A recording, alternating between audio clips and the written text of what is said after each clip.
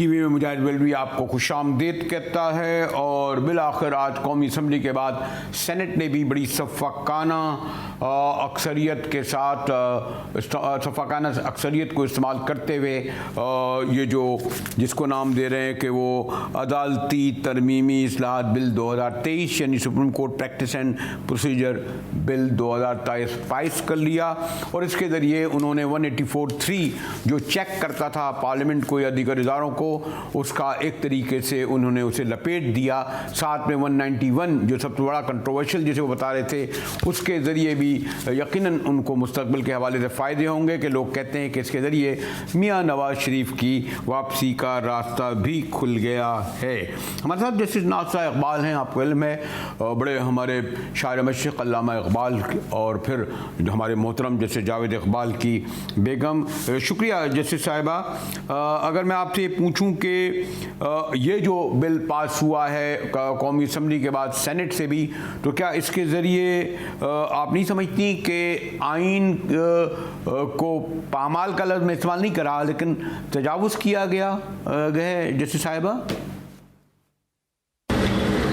इन्होंने 2 bill pass किए हैं आज। वो जो 2 इन्होंने बिल के हिस्से हैं ना जो इन्होंने करने की कोशिश की है, वो मैं समझती हूँ पहला तो ये है कि जो सो मोटो पावर है 184(3) के आइन में जो चीफ जस्टिस जो है वो इस्तेमाल कर सकते हैं सुप्रीम कोर्ट के, वो उन्होंने कहा है कि चीफ जस्टिस को इख्तियार नहीं होना चाहिए। ये 5 मेंबर्स हों, ये फैसला करें कि कौन सी बेंच करेगी और उसमें से 3 मेंबर की बेंच पर। तो ये तो देखिए प्रोसीजरल मैटर है और ये rules and orders of supreme court जो है ये तो सुप्रीम कोर्ट को खुद तयन करना चाहिए। और देखिए इस वक्त तो ये जो सिलसिला चलता आ रहा है, मेरा ख्याल है ये चीफ जस्टिस रिटायर हो रहे हैं इंशाल्लाह इस साल के आखिर। उस वक़्त ये अपने तमाम जजेस जो हैं 16 शायद इस वक्त है, 17वें सीट सेट खाली है, तो ये मिल के इसमें अपने जो हैं कवायद व ज़वाबित उसमें तब्दीली ला सकते हैं। ये तो कोई ऐसी बात नहीं है, लेकिन सुलह कुटी से करें। और ये मैं समझती हूँ कि जो मुकन्नना मुदाखलत करने की कोशिश कर रही है अपना अदलिया के इख्तियारात में, ऐसा होना नहीं चाहिए। और दूसरा जो उन्होंने कहा है कि एक होना चाहिए राइट ऑफ अपील, कि 184(3) का कोई फैसला भी बेंच करे तो उस पर राइट ऑफ अपील हो। मैं समझती हूँ ये तो एक मुस्बत इक़दाम है कि राइट ऑफ अपील हर चीज़ में। ठीक है जैसे साहिबा, लेकिन आप नहीं समझती कि ठीक है तो पीठ पार्टी उनकी इत्तेहादी है, लेकिन पास्ट में जो शरीफ हैं उनकी कोई अदलिया के हवाले से बहुत अच्छा मादी नहीं रहा। लोग तो ये भी कह रहे हैं कि नवंबर 97 में जो सुप्रीम कोर्ट पर बाकायदा हमला किया गया था, ये भी हमला है। और उस वक्त भी जिस तरह रफ़ीक तार और जस्टिस अजमल मियाँ निकल आए थे जस्टिस सज्जाद अली शाह के ख़िलाफ़, अब एक्स्ट्रा जज जो शायद मुस्तक़बिल में चीफ जस्टिस हो जाएँ, वो तो बाकायदा खुतूत लिखते हैं, रजिस्ट्रार को प्रेस रिलीज़ जारी करते हैं। यानी उन लोगों को कंधे पर रख के ये बिल लाया गया है जो जस्टिस साहिबा। मैंने तो कभी ना देखा था ना सुना था, लेकिन अब देखिए कौन सा हमारा इदारा ऐसा रह गया है जिसमें इंतशार ना हो। और ये जो हमारे 3 सतून हैं आइन के, वो यही 3 हैं। एक तो मुकन्नना जो कानून साजी करती है, इंतज़ामिया जो अमल करती है, और अदलिया जो है सबसे बेज़रर इदारा है क्योंकि ये लोगों की दाद रसी करती है, लोगों की भी, और ये भी देखती है कि अपने हदूद से तजावुज़ तो नहीं कर रहे मुकन्नना और इंतज़ामिया। तो बात ये, और ये आपने जो फ़ौज को बीच में गिना ना इदारा, वो इसी सतून नहीं है रियासत का, उनका तो एक अलग आर्टिकल है। वो ये है कि फ़ौज जो है वो हमारी बैरूनी हदूद का तहफ़्फ़ुज़ करेंगे, उनसे बहुत ज़्यादा उनका तो कोई काम ही नहीं, बस वो अपने काम से काम रखें तो ठीक रहेंगे।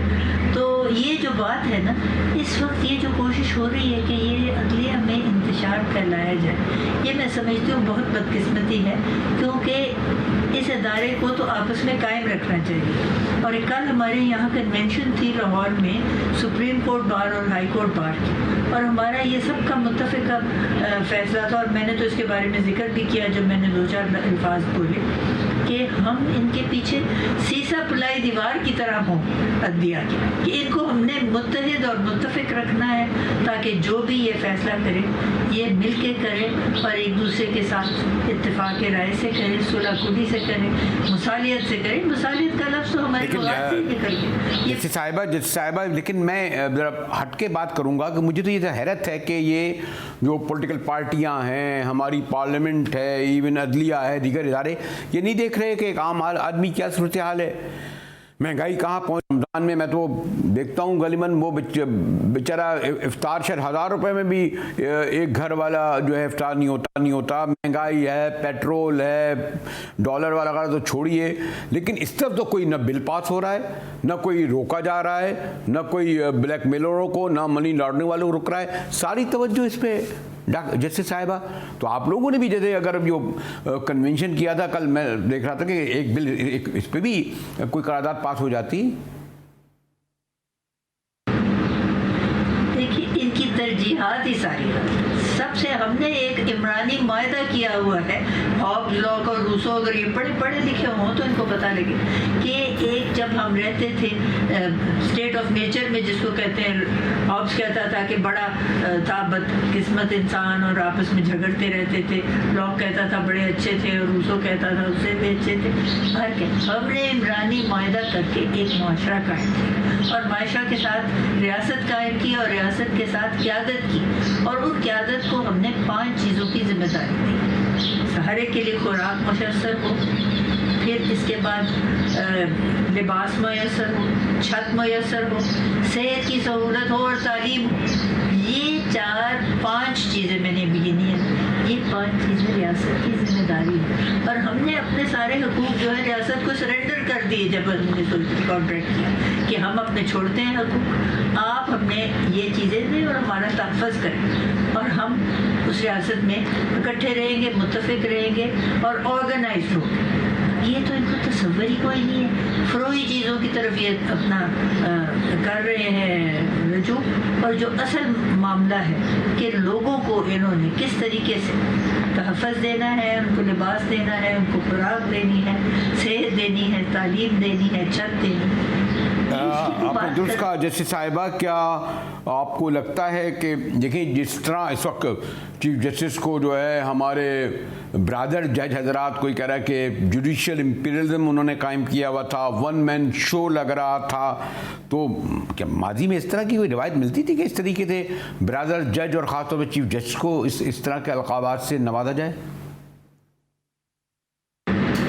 कभी भी नहीं। और देखिए जो इख्तियारात इन्होंने इस्तेमाल किए वो पिछले चीफ जस्टिस के पास भी थे, और जैसे मैंने आपसे अर्ज़ की, अगर तरामीम जो है वो है मकसूद, तो ये तरामीम मिलकर खुद बैठ के अफ़हाम और तफ़हीम से, मशवरे से कर सकते हैं, ताकि हर एक के साथ पहले हो जाए मशवरा और फिर जिस चीज़ को ये समझते हैं मुनासिब वो करें। और ये काम ही उनका अपना है अदलिया, इसमें कोई मुदाखलत होनी ही नहीं चाहिए किसी दूसरे अपना सतून जो है आपके रियासत की। मुकर्रना का कोई काम है ही नहीं इसमें। अपील का जो है हक वो एक अलग चीज़ है, उसको आप इंक्लूड कर लें। अगर ये कॉन्स्टिट्यूशनल अमेंडमेंट की ज़रूरत है तो वो भी कर सकते हैं 2/3 से, नहीं तो इसको पास करवा सकते हैं। शुक्रिया जस्टिस नासा इकबाल साहब, बड़ी मोहतरम और मोअज़्ज़ज़ मेहमान जस्टिस नासा इकबाल जो कुछ फरमा रही थी, उन्होंने कहा, उनका कहना था कि माजी में इसकी रिवायत नहीं मिलती। और ब्रेक के बाद आएंगे तो हमारे साथ मुमताज़ माहिर कानून चौधरी एहसान होंगे, हमारे साथ रहिएगा। मिलते हैं एक ब्रेक के बाद।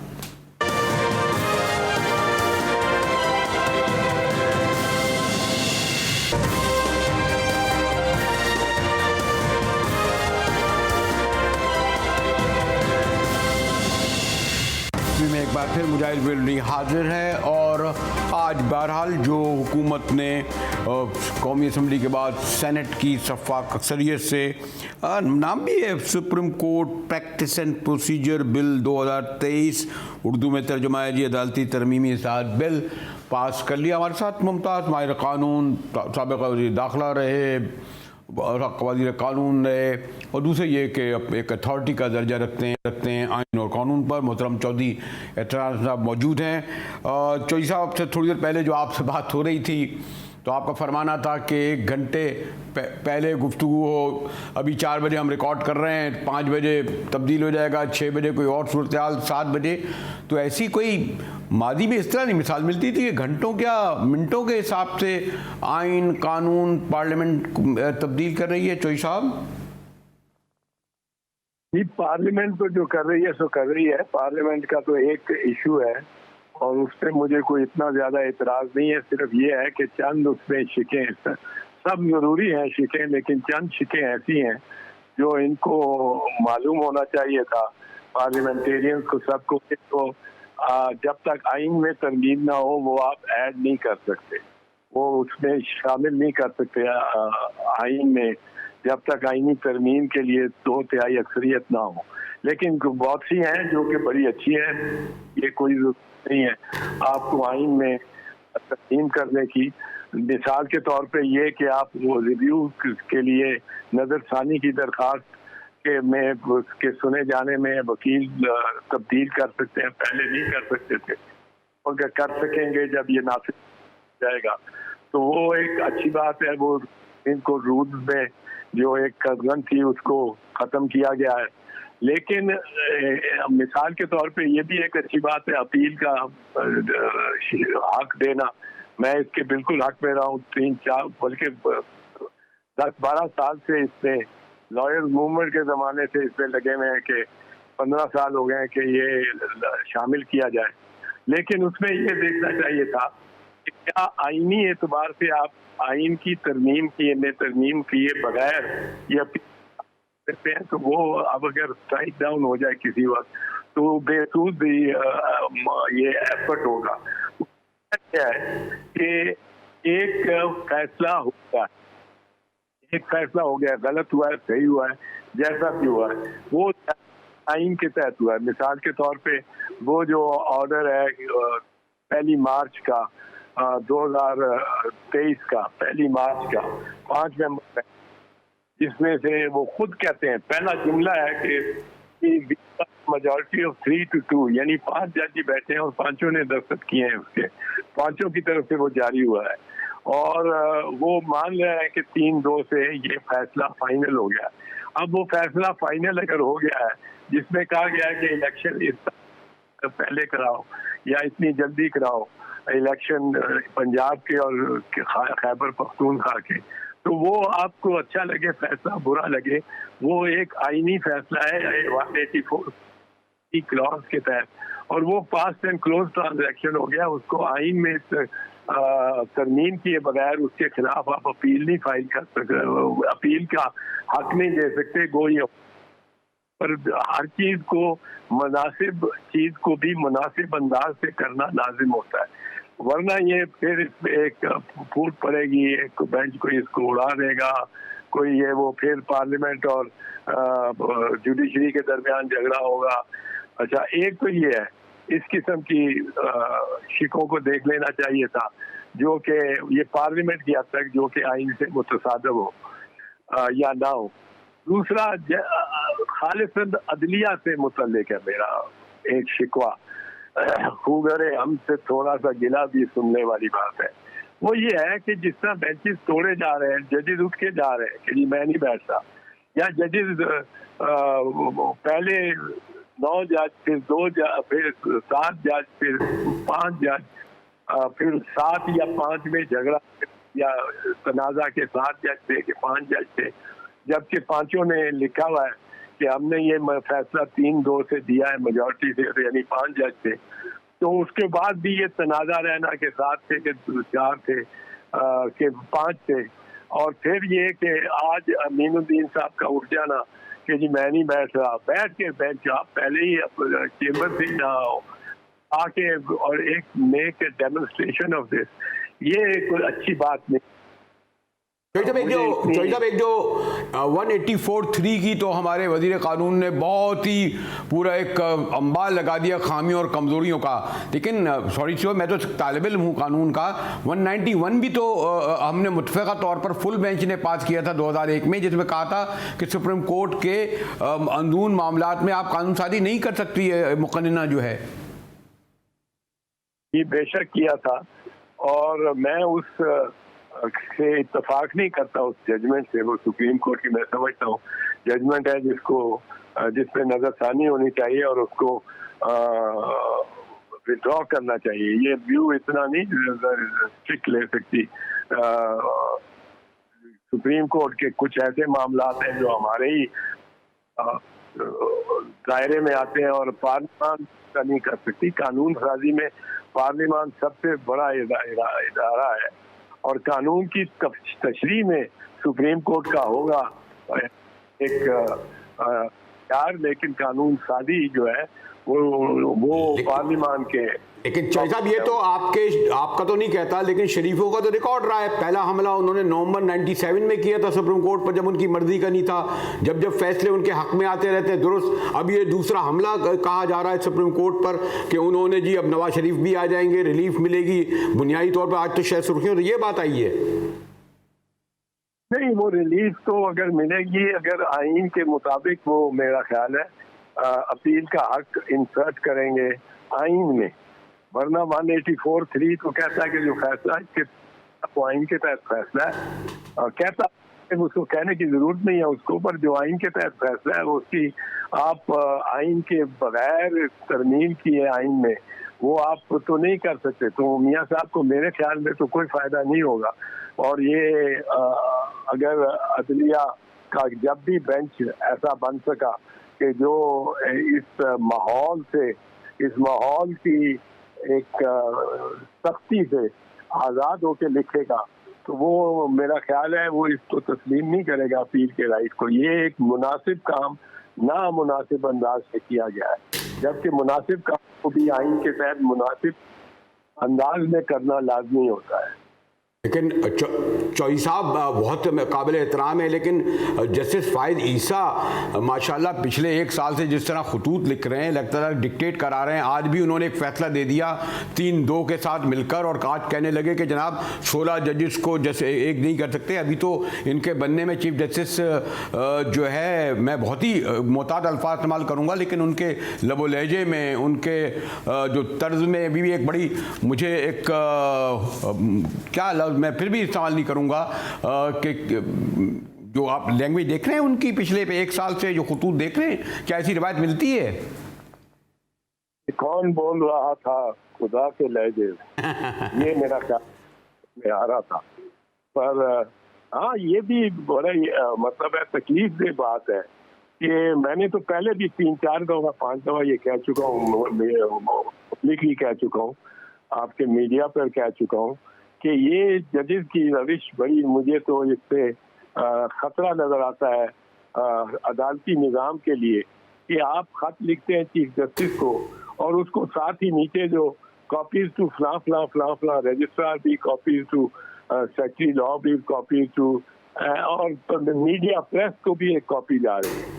तो वो पब्लिक कर देना, ये जो किया है काजी फैज साहब ने पिछले 2-3 मरतबा अपने जो खतूत उन्होंने तहरीर किए हैं चीफ जस्टिस को, तो मैं तो कहता रहा हूँ कि भाई आप चेंबर में जाके चेंबर में अंदर बात कर लें, ये इसकी पब्लिसिटी लेने का क्या फायदा, क्या शौक और क्या फायदा। ये बिल्कुल आपकी बात दुरुस्त है। आज भी जो ऑर्डर किया है काजी साहब ने, कल किया है वो कि सबको रोक दो 184(3) की ज्यूरिसडिक्शन एक्सरसाइज करने से, किस तरह, पहली तो बात है किस तरह रोकते हैं आप। मैं अगर सुप्रीम कोर्ट का जज हूँ और आपका अब ये फैसला, ये ऑर्डर आ जाए, मेरे सामने आए कि जी रोक दो, मैं कहूँगा किस कानून के तहत आप मुझे रोक रहे हैं? आई एम एन इंडिपेंडेंट जज बाबा, हम तो 3 जो जज बैठे हैं, हम तो सुनेंगे, हम तो 184(3) के जो भी केसेस हैं हमारे सामने लगे हुए, हम सुनेंगे।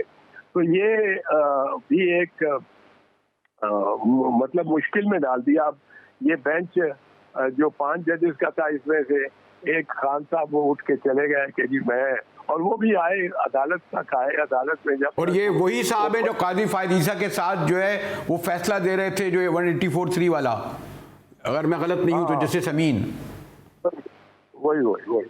तो वो आप चेंबर में ही सही ना आते, कहते कि जी हम लिख देते चीफ जस्टिस को कि मैं, ये एग्जिबिशनिज्म जो हुई है ना, ये आ गई है नुमाइश।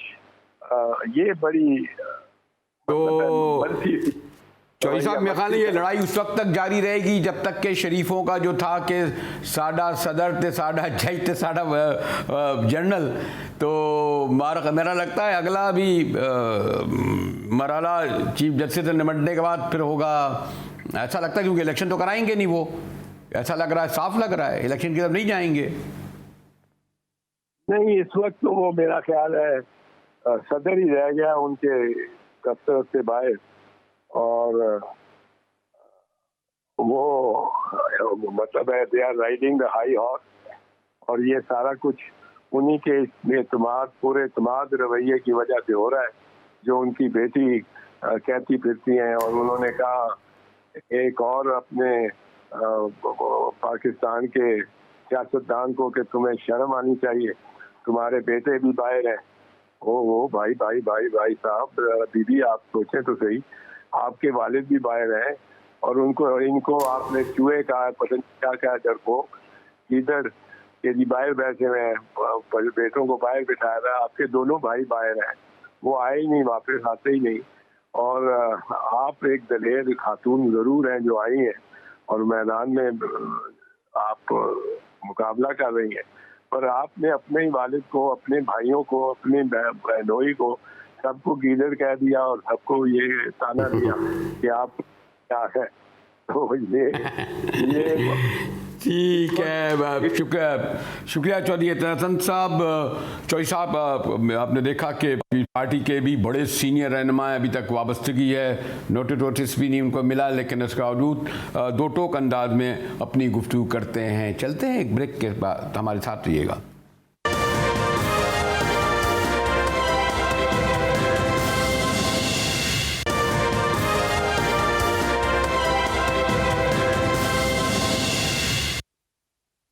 GTV में एक बार फिर मुजाहिद बेलवी आपके साथ हाजिर है। चौधरी एतन साहब की तो आप गुफ्तगू सुन ही रहे थे, लेकिन अब मैं पीपल्स पार्टी के तर्जुमान हमारे जुल्फ़कार अली बदर हमारे साथ हैं, और ये कहने में हर्ज नहीं कि इनके वालिद मोहतरम जहांगीर बदर साहब बड़े बहादुर आदमी थे और जिन्होंने कोड़े तक की सज़ाएँ सही थी उस वक्त फ़ौजी अदालतों से।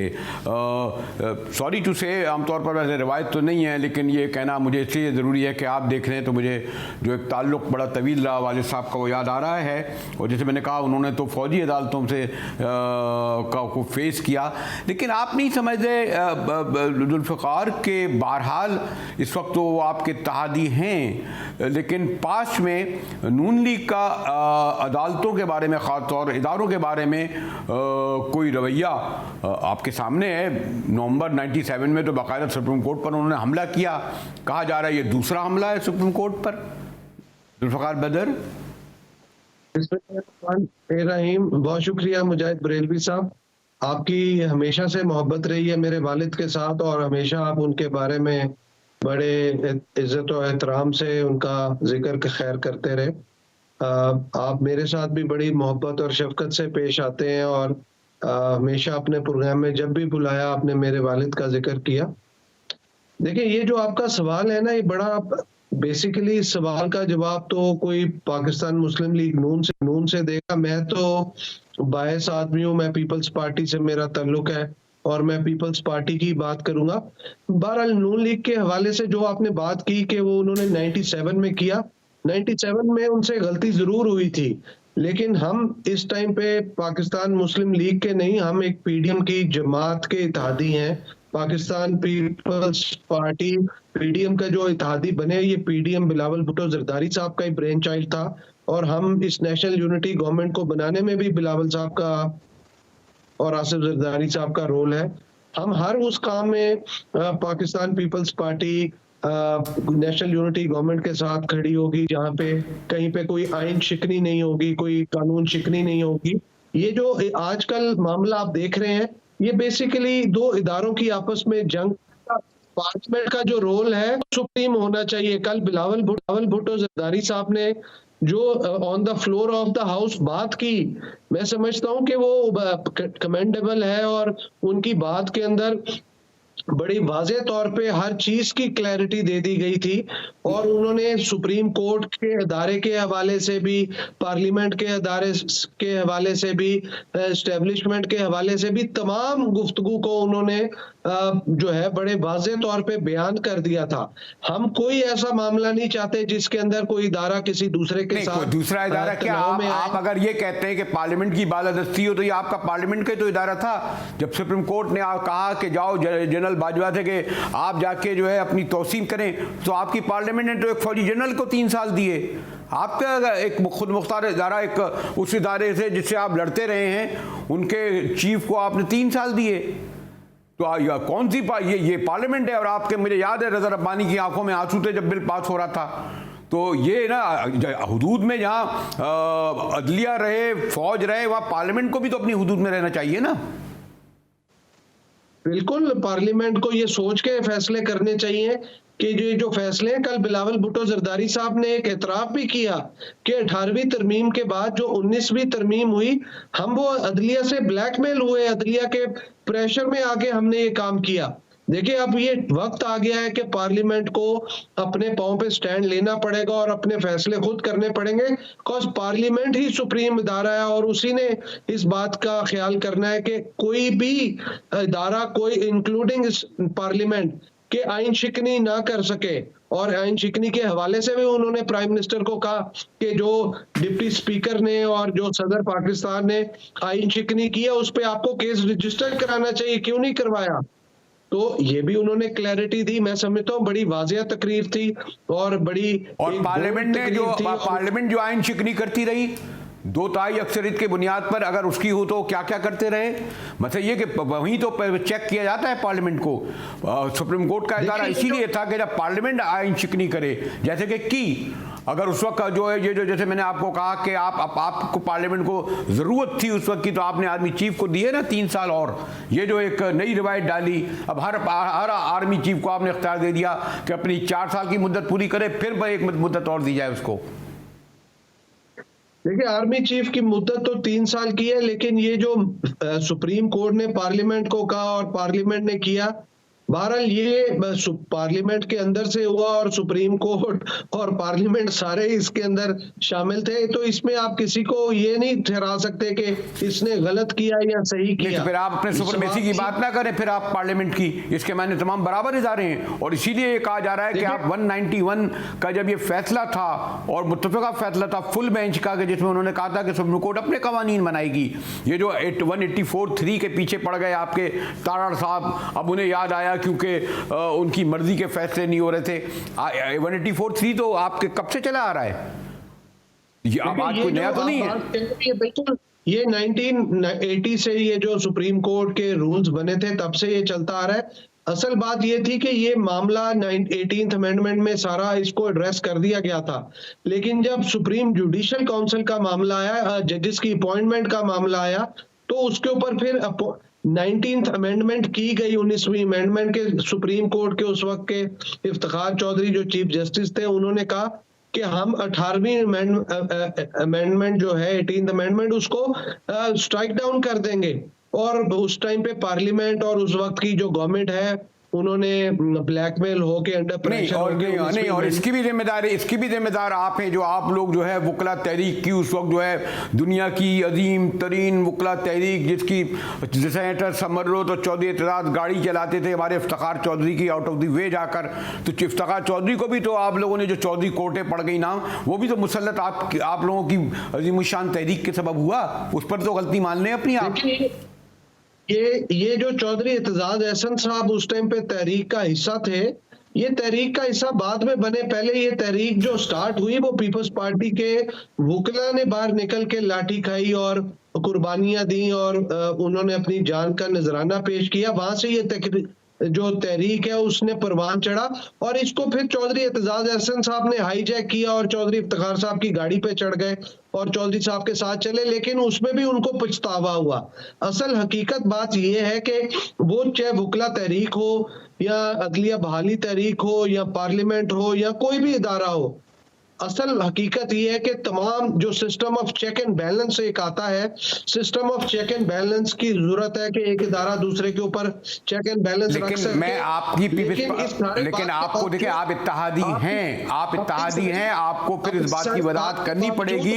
आप इत्तेहादी हैं नून लीग के, और नून लीग का मैंने कहा अदलिया के हवाले से रिकॉर्ड जो रहा है, अब जो वो कहती हैं कि जनाब मरियम बीबी आपकी के जो गीदड़ है जो भाग गया और उस अपने बेटे को नहीं ला रहा, भाई सबसे पहले तो अपने वालिद को वापस लेके आए ना आप, यानी आप उनकी मरियम नवाज साहिबा दे सकती है। असल बात यह है कि आप इत्तेहादी हैं, जहां आप कहते हैं कि एक तरफ आप सपोर्ट करते हैं, जहां आप दूसरा सवाल किया जाए आप कहें वो जवाब दे सकते हैं, ये तो फिर ठीक है, आप डिफेंड करें ना। फिर देखिए, मैं अपनी पार्टी को, अपनी लीडरशिप को डिफेंड कर सकता हूं, मैं मरियम बीबी को और उनके कामों के ऊपर नहीं कर सकता। मैं उनकी इज्जत करता हूं। इज्जत का मतलब ये नहीं है कि उनके जो भी एक्शंस है उनको मैं डिफेंड करूं। मैं तो अपनी पार्टी की बात करूंगा। मेरी पार्टी पाकिस्तान पीपल्स पार्टी कोई ऐसा इकदाम नहीं करना चाहेगी कि जहां पे कहीं पे आइन शिकनी हो या कहीं पे इदारों का तनाव हो। ना बिलावल भुट्टो जरदारी साहब, ना हमारी पार्टी की बाकी लीडरशिप। आखिर में अगर आपसे ये कहूं कि आप ये जो नया बिल लाए हैं, जो 2013 supreme court practice and procedure bill 2023, इसके जरिए जो आप समझते हैं कि इसके जरिए आप मुस्तकबिल में भी किसी जज को जो है मुतलकान बनने से रोकेंगे, कोई और चौधरी नहीं बन जाएगा, कोई और फिर दोबारा नहीं बन जाएगा? सॉरी टू से। देखिए, ये तो वंस एंड फॉर ऑल जो है वो मामला डिस्कशन ही खत्म हो जाएगी कि फिर किसी एक जज की जो जुडिशियल डिक्टेटरशिप है वो नहीं रहेगी। वो चाहे हमारे हक में जाए या हमारे खिलाफ जाए, ये तो बात की बात है, लेकिन वंस एंड फॉर ऑल जो मामला है सिंगल डिक्टेटरशिप का, वो खत्म हो गया है। और आइंदा कोई भी सिंगल वन मैन जो है वो डिक्टेट नहीं कर सकेगा जैसे कि माजी के अंदर आ रहा है। ठीक है, जुल्फ़िकार अली बदर, आप तर्जुमान पीपल्स पार्टी के साथ थे, और बहरहाल उनका फरमाना था कि चौधरी साहब ने हाईजैक कर लिया था। एक अलग बहस छिड़ेगा, मरियम बीबी के हवाले से कुछ कहना था। इसी के साथ ही GTV से मुजाहिद बरेलवी को इजाज़त दीजिए।